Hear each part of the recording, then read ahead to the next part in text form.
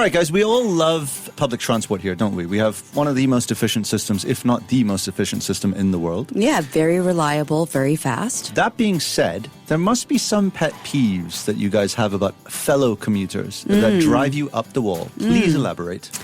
I think I have to go with Ryan on this one. The smells, the BO, really not a fan of that. Damn. Especially when a bunch of students board the train. Oh, yes. It's the school smell. Oof. You know what I mean? That's sweat smell, right? Yeah. Yes, I think you could Go put it easy down on the there. kids, right? They just had a tough day Yeah, at I work. think I've been through that myself as the perpetrator. So that's one aspect of it. I think for me, it's the sounds. Like some people are not conscious of how much is around them or what's going on around them. Yeah, and speaking of not being conscious, there are some who are not aware that their backpacks are hitting you. I was just about to hit that one. Yeah. So not being aware of your surroundings, Yeah. I would Yeah. say, in general. Pretty much. So there's two new trends that are driving commuters really up the wall in the UK. There's one that has been turning heads and making some passengers deeply uncomfortable. So this practice involves commuting on trains, buses, and ferries without any digital distractions. Experts say the post-pandemic commute has paved the way for this trend, which is defined by the complete absence of scrolling, swiping, or digital distractions, leaving commuters alone with nothing but their thoughts and unfiltered reality. I think that's great. Why would that make anyone annoyed?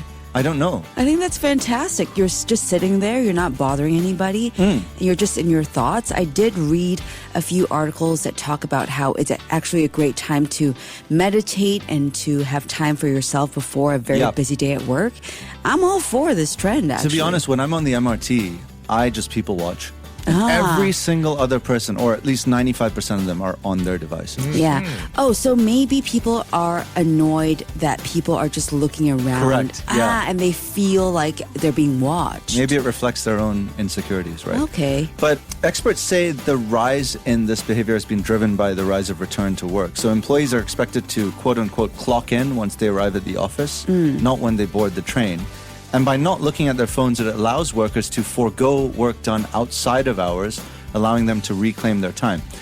They also say it's allowing workers a screen detox, which is a fair point, which is a much needed break before and after hours of looking at screens at their jobs. So it's not surprising that they're opting to use their commutes to mentally prepare for the day ahead or to decompress after work rather than just doom scroll through emails or social media. Yeah, I'm kind of on board with this. I do tend to, if I were on the train and I'm not on my phone, which I try not to be, I would close my eyes for a while. Maybe that would make it less awkward for some of these Gen Z. You know, you're closing your eyes, so you're not bothering anybody. You're just by yourself. Or do you think that's weird? So you're pretending to sleep so you don't get out of the seat, is it? No, it's not to hog the seat.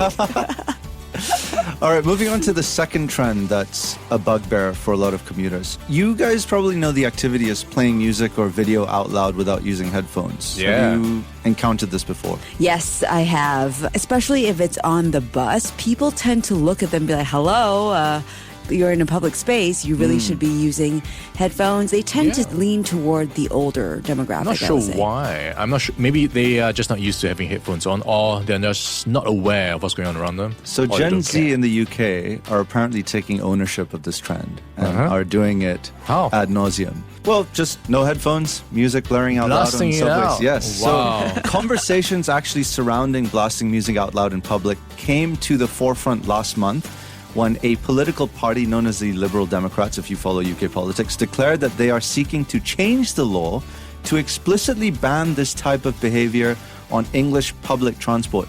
The party has dubbed them headphone dodgers and wants to see noise offenders who breach the ban be hit with £1,000 fines. What's the current exchange rate for Singapore dollars? About 2K? Yeah, thereabouts. Anyway, it's an expensive fine. So other commuters can, quote, enjoy a moment of peace. And a poll commissioned by the same party found that roughly 2 in 5 Brits had encountered people playing music out loud often or sometimes, but more than half say they would not be comfortable asking another passenger to turn the sound down. Yeah, it's kind of awkward, right? But yeah, I don't know how to turn to someone and say, excuse me, can you turn it down? I would just be annoyed on my own. Thoughts, right? Yeah, I can imagine this happening in Japan, right? Because culturally, it's frowned upon on intruding into other people's spaces and comfort zones. So maybe they need to have some guidelines and spell it out, have some posters to just set the norm, like what is accepted.